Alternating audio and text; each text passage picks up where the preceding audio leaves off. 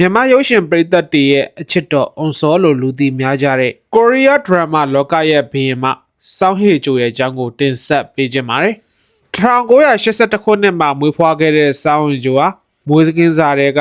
ပြည့်ထန်တဲ့ဖျားနာမှုတစ်ခုကြောင့်အသက်ရှင်ဖို့ညှို့လင်းချက်တွေနေပါခဲ့ပါတယ်။ဆရာဝန်တွေနဲ့သူမိဘတွေကတော့လက်လျှော့ထားခဲ့ရတဲ့အခြေအနေဆိုးကနေအံ့ဩဖွယ်ကောင်းအောင်ပြန်လဲကျမ်းမာခဲ့သူပါ။သူမရဲ့ငယ်ဘဝဟာအေဂျင့်တိတ်ဆိတ်ပြီးမူလာတဲ့အရွယ်မှာတဲ့ကရေခဲပြင်စကိတ်ကိုဝါသနာပါလို့အားကစားမဲ့တရားဖြစ်ဖို့မျှော်လင့်ခဲ့ပူပါတယ်။ဒါပေမဲ့လည်းအလဲတန်းကျောင်းသူဘဝ14နှစ်အရွယ်မှာတော့ကျောင်းဝက်စုံမော်ဒယ်ပြိုင်ပွဲတစ်ခုမှာပထမဆုံးရရှိတာကနေအနုပညာလောကတွေကိုမမျှော်လင့်ပဲရောက်ရှိလာခဲ့တာဖြစ်ပါတယ်။သူမရဲ့အနုပညာလမ်းကြောင်းကိုအပြောင်းလဲဖြစ်စေခဲ့တာကတော့2000ပြည့်ခုနှစ်မှာထုံးလွှင့်ခဲ့တဲ့စာအုပ်ရွက်ကျွေချစ်သက်တဲ့ဇာတ်လမ်းတွေပါပဲ။ဝန်နယ်ချေကွဲပဲအချစ်ဇာတ်လမ်းထဲမှာမင်းသားစောင်းစုံဟွန်ဝူဝင်းတို့နဲ့အတူတည်ဆောင်ခဲ့ပြီးအာရှတစ်ခွင်မှာကိုရီးယားရေစီးချောင်းကိုစတင်စေခဲ့တဲ့ရှေ့ဆောင်လက်ပြတအူးဖြစ်ရပ်တည်နိုင်ခဲ့ပါတယ်။ဒါ့အပြင်2004ခုနှစ်မှာတော့အဆိုရာရိတ်နဲ့တွဲဖက်ရက်ကူးခဲ့တဲ့အချစ်ဆန်အိမ်ဟာတာဇလန်တို့ဟာ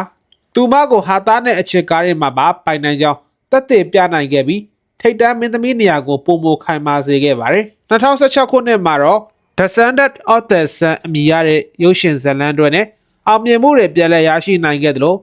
နောက်ဆုံးပါဝင်သရုပ်ဆောင်ထားတဲ့ The Glory Series မှာလည်းသူမရဲ့သရုပ်ဆောင်စွမ်းရည်ဘယ်လောက်ရင့်ကျက်လာပြီလဲဆိုတာကိုတစ်ကမ္ဘာလုံးကချီးကျူးခဲ့ရပါတယ်။ဒါ့အပြင်စောင်းရီဂျိုဟာမြန်မာရုပ်ရှင်ချစ်ပရိသတ်တွေရဲ့အားပေးမှုခိုင်မာရရှိထားတဲ့ကိုရီးယားမင်းသမီးတစ်ယောက်ဖြစ်ပါတယ်။မြန်မာနိုင်ငံမှာကိုရီးယားဇာတ်လမ်းတွေခေတ်စားခါစားအချိန်